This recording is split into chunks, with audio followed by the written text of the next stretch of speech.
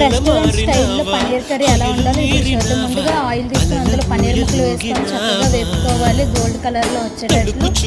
ఇప్పుడు అవి పక్కకు తీసుకొని అదే ప్యాన్లో కొంచెం ఆయిల్ వేసుకొని అందులోనే యాలకులు, లవంగాలు, దాల్చిన చెక్క వేసుకొని చక్కగా వేగాక అప్పుడు ఉల్లిపాయ ముక్కలు వేసుకొని బాగా కలుపుకోవాలి.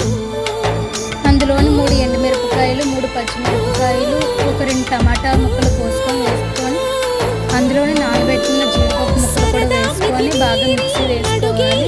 ఫైన్ పేస్ట్లా కాకుండా కొంచెం బరకగా ఉండేటట్లు మిక్సీ వేసుకోవాలి.